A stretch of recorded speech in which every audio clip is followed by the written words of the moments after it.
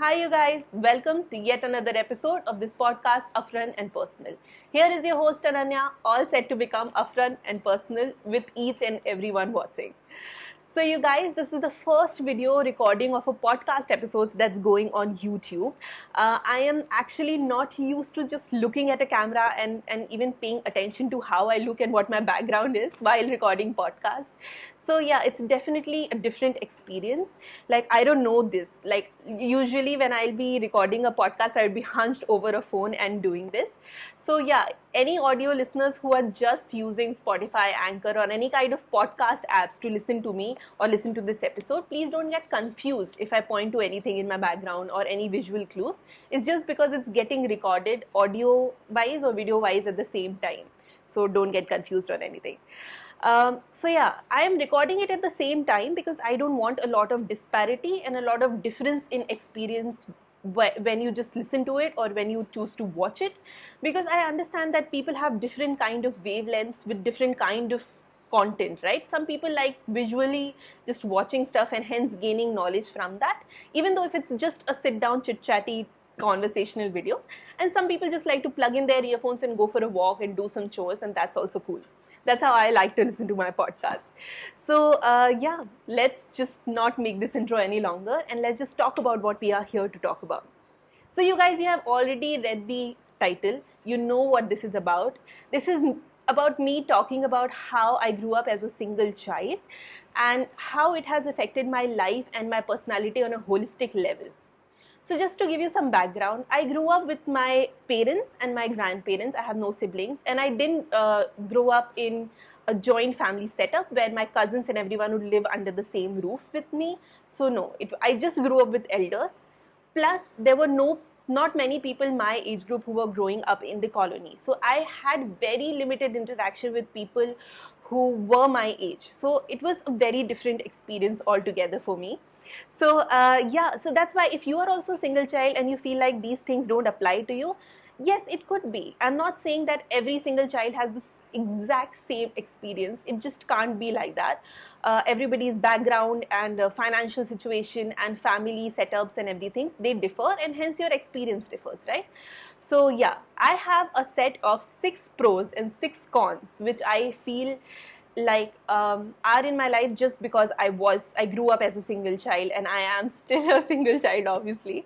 So yeah, it has never been totally bad and it has never been totally good. I think it's just a balance of both things. And now when I grew up and I'm 25, I'm turning 26 very soon. It's surreal to even talk about it, but let's not talk about it. Let's just ignore that I'm not turning 26. Uh, it just, I can pinpoint things, I can look at myself and I can look at my life and be like, this is because I grew up as a single child, and I'm not exaggerating it, but I do like to introspect myself, and I think these are the 6 pros and cons that I came up with. Okay, let's start with the first pro. I learned how to enjoy solitude. You see these kids who don't really understand or who don't really have a knowledge of how to entertain themselves. They always need company, and kids are usually like that. No man is an island. You need other people to come into your life and entertain you. That's completely fine. Because I grew up as a single child, I am fine with solitude. I have a very healthy relationship with that. I have done an entire podcast, I'll link it down below, as to why taking your phone to the washroom is self-destructive. And I think we only do that because we are too scared of getting bored, and we are too scared of just being in the company of our own thoughts. And it was pretty easy for me, and hence I never take my phone to the washroom, if you want to know that.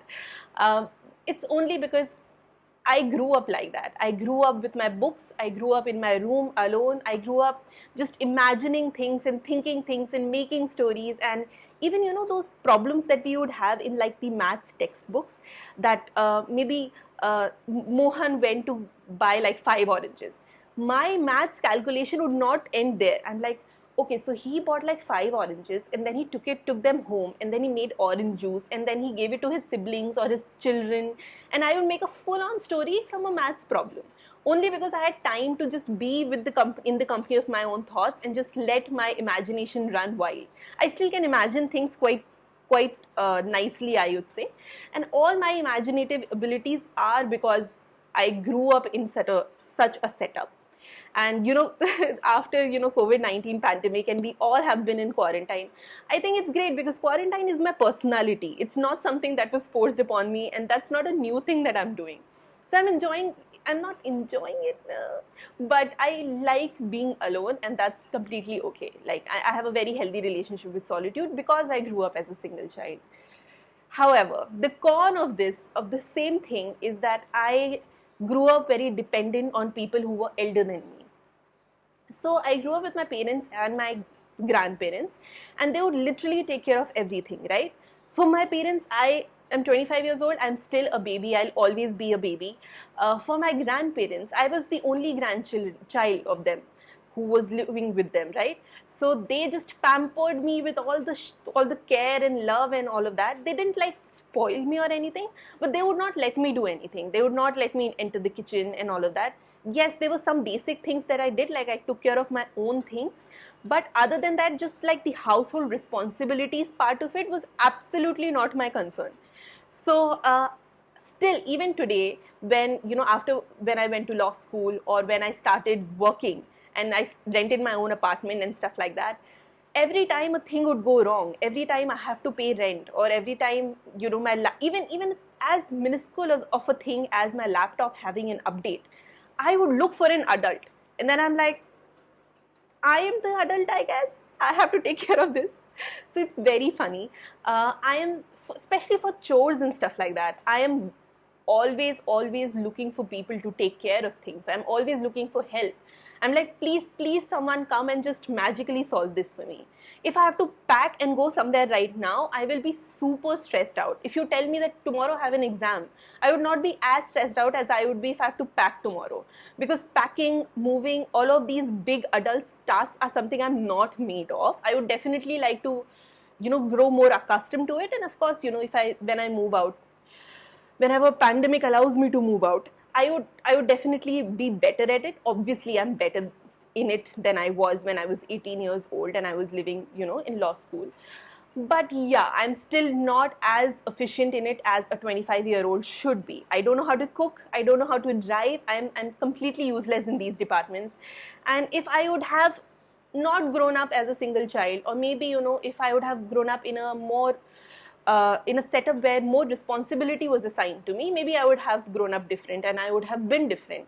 But yeah, this is something that I completely can, connect the dots and relate to me being a single child. Second pro, let's just talk about something positive. Second pro is, you guys, I have a lot of hobbies. Now, everyone has hobbies. You don't have to grow up as a single child to have them. But I literally respect my hobbies. Not many people do that.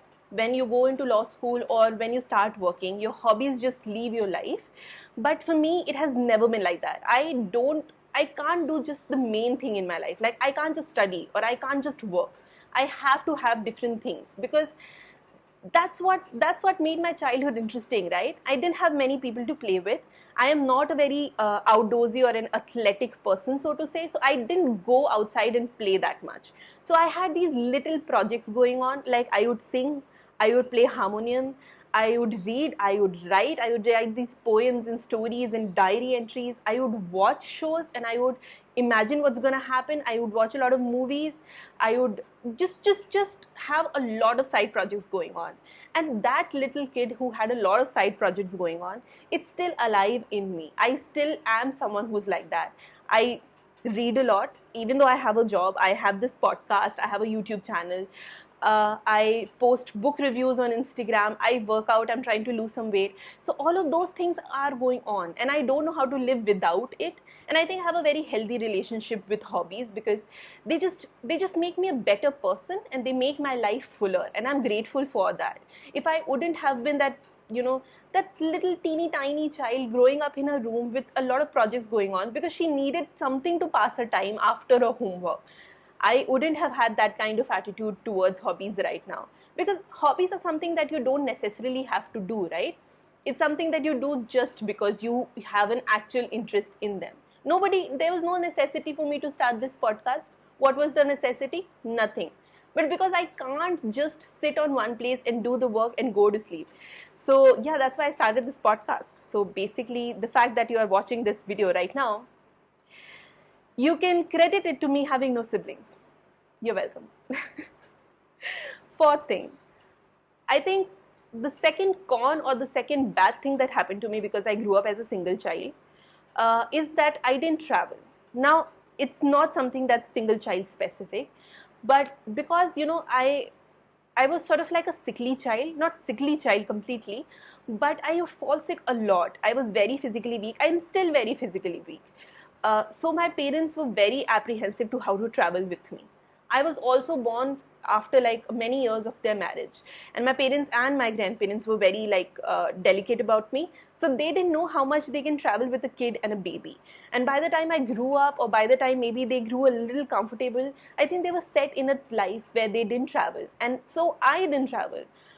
Whatever travel I've done, it's after I left the house. Till I was 18 or 19, I had not taken a single trip anywhere, maybe, you know, to attend like few family functions or competitions, but other than that I've gone nowhere. So yeah, and for the longest time, because I didn't travel, I thought that I don't like traveling or I hate traveling. However, when I started traveling and I started taking few trips and I went here and there, I realized that I actually really like it. Maybe I'm delicate and maybe I will fall sick after traveling, but I am very willing to risk it. So now though I feel like I do so much planning and plotting to do traveling. I'm dying to travel once the pandemic gets over. For me, you guys, I talk about my personal finances so much on this channel, so you already know. I am not someone who needs very fancy things. I have full determination to make a lot of money for the rest of my life and spend most of it in just traveling inside and outside India, with my friends, with my family, with my partner. I just really want to do that. And you know, but there is a silver lining also. Just hear me out. I think this con is working great for me because I have not traveled and I have a lot of regret that I haven't traveled and my 26 years have gone by. I'm going to travel now. But for traveling, you need money, right? And for making the said money, I would have to be financially independent because I don't want to ask someone for money. Traveling is going to be my hobby, it's going to be my passion, and I don't want anyone to have a say in the decisions about when I want to go anywhere and where I want to go and for how many days. And the only way through which nobody will have a say in my decisions is if I make my own money and not spend somebody else's. And hence it will motivate me to be financially independent for the rest of my life, or for, you know, whatever time I decide to retire. So yeah, that's just great. I really want to have like few sources of passive income and a stable income, just so that I can travel wherever I want and live wherever I want and just basically be independent. So yeah, that's my plan. Just see if this sticks. The third con, which is very important, and I think it's extremely something I'm thankful for, is the relationship that I have with my parents. So when you are an only child, you don't share your parents with anyone. Of course, even if you're siblings, I'm sure your parents love you alike. Not trying to create a controversy here. But what I'm trying to say is that my parents and I are a unit. We might have a generation gap or a disagreements or a difference in opinion and all of that. But the kind of relationship I share with them, I don't think I would have shared the same one if I had a sibling and if I wasn't a single child, right? The way I talk to my mother and the way she comes to me and confides in me with all her secrets, the way my father has spoken to me, he's a very introvert person, all right? And I've done an entire episode about how I feel as an adult, as a fellow adult in my parents' home. I'm going to link that down below. It's beautiful for me, the kind of relationship that we share right now, and it's only because I get them to myself. We are 3 people who are living in this house, and there is nobody else that they can connect with in the way they can connect with me right now, especially because now I have earned my own money, I've grown up a little bit, I work, and I sort of know the harsh realities of the world. So yeah, and even when I was a kid, even when I was a teenager, I think no matter what happened, no matter what differences of opinion we had, my parents and I were a unit, and you cannot surpass it. So I'm very, very grateful for that. And I think maybe I would have the same relationship, because maybe the relationship is because of the kind of individuals that we three are. But yeah, I can't imagine just having another person in the mix. We're super private, you can't join. Let's move on to the third con. Okay, it's a bit weird one, and I'm sure it's just with me. I am very weird with people with almost all generations, you guys. So the thing is that I have a very weird relationship with people my age group, because I told you, right, that I didn't grow up with a lot of people my generation when I was a little kid or a teenager. So yes, I have had like school friends and college friends and stuff like that, but yeah, I never there was no proximity that much. There was no one who was just like my buddy or my family that way. If you grow up with a sibling, you might have a better idea of, or maybe if you grew up in a joint family, you might have a better idea of how to deal with, you know, your peers who are just the same age as you are. So that relationship is messed up for sure. But even people who are elder than me or younger than me, I am not sure how to act with them. Yes, I do have a social anxiety. I do have a social anxiety, and I am a very awkward person in general. But even you know, beyond that, I have seen socially awkward people. They are nothing like me. People who are just maybe few years younger than me, I'm not sure how to act with them and how to treat them, because I grew up with 4 people who treated me like a child, right? So I'm like, even if you're 3 years younger than me, I'm supposed to treat you like a child. So I tend to pamper people who are even 2 years junior than me. And people who are 2 years, even 2 years senior than me, I'm like, hi, namaste, you are my god, because that's the kind of relationship that I have had with my parents and grandparents, and that's my focal point. That has always been my focal point since I grew up. So even if you're a little bit elder than me, that reverence or respect comes, which is not necessary. I shouldn't treat people like that. I mean, I should treat them with respect, but not like I am not going to question you and all of that. So I have a very messed up relationship. I get nervous around my seniors, and I try to make my juniors extremely comfortable. Or maybe I treat them like kids, which is not a healthy one. I'm very great actually around people who are really younger than me, like kids, and really elder to me, because I know that equation. If you're super elder than me, I'll treat you like I treat my parents, or I used to treat my grandparents. They are no more now. And if there's a kid, I'm extremely good with kids, because I know how to treat with kids. I've always been kid in my own household. So the way I was treated, I treat people like that. So yeah, I have a very messed up relationship with different generation, and I think I need to be a bit vigilant about it. When I grew up a little bit in my work hierarchy, and I had my office juniors, like I had juniors in the team, I was super nervous about it, because I knew I was going to become this territorial grandma, and I hope I have not become that. But yeah, I have absolutely no idea how to just behave with people who are exactly my age group, or maybe 2-3 years younger or older. It's weird. Okay, the next, I think, pro that I really like to talk about is that I grew up, accepting myself for who I am. Literally, you guys. It's very difficult to accept yourself for who you are, and you all have, these issues about I'm not good enough and this and that. But I accepted myself for who I am very well. Yes, I have had a lot of issues with my physical appearance, and I'm not denying any of that. But even in addition to that, when I was a homebody, I was like, fine, I'm a homebody, I don't really care. When I was a loner, or I didn't really like to talk to a lot of people and just wanted to sit and read while other people were clubbing and drinking, I was extremely fine with that. I was not like someone who was just stressing about this, because I was like, fine, you want to go clubbing and drinking, that's okay. I am a little bit different. I grew up in a household or in a background. I had an awareness of that, like really since a really young age. So I was like, fine, you want to go clubbing and drinking, you go, please, you can do whatever you want to. It's your life, your personality is different than mine. But for me, I will just sit and read, because that's something that gives me joy. That's why this self-acceptance or this self-awareness came to me, because I never grew up comparing myself to any other kid, right? I had no focal point like that. So I was very fine with who I am. And my parents were also pretty okay with who I was because, again, they had no choice. Uh, so that really shielded me from a lot of peer pressure that I might have otherwise been, subject of.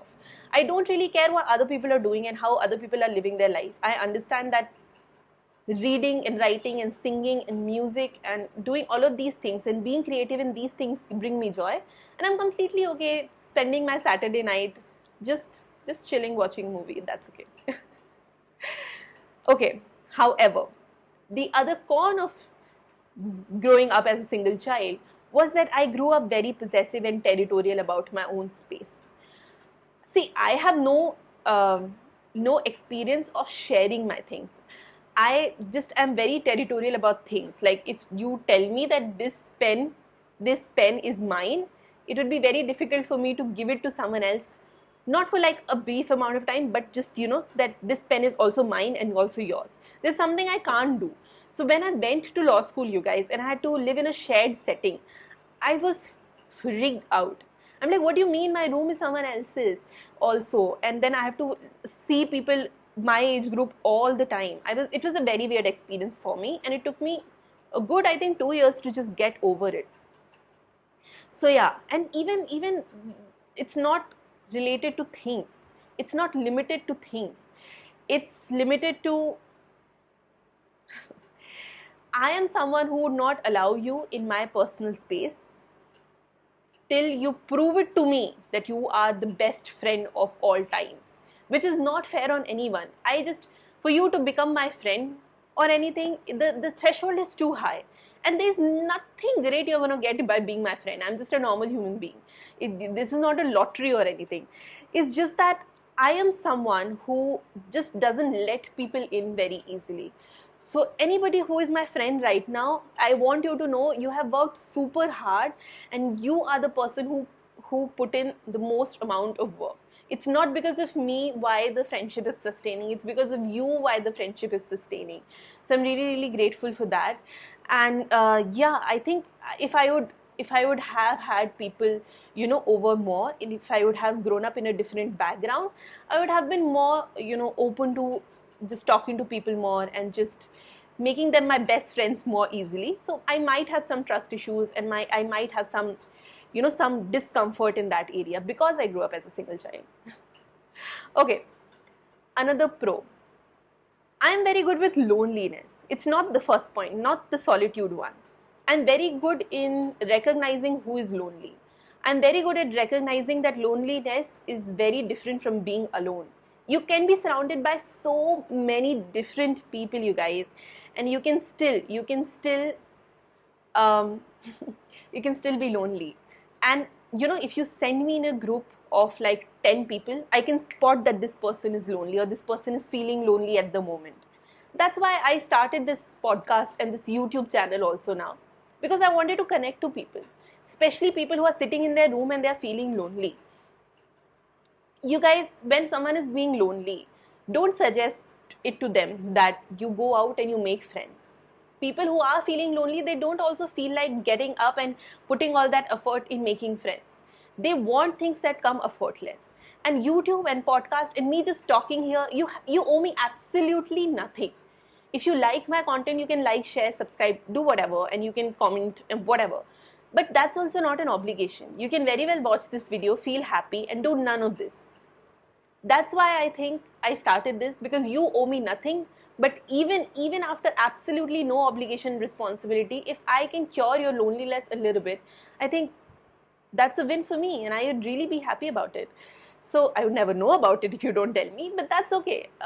I started this because I understand what being lonely means. I was lonely and alone at the same time, but yeah, I would feel like, why do I not have enough friends? Yes, I don't have siblings and I understand that, but sometimes there were things that I could tell no one, and I would feel pretty horrible about that.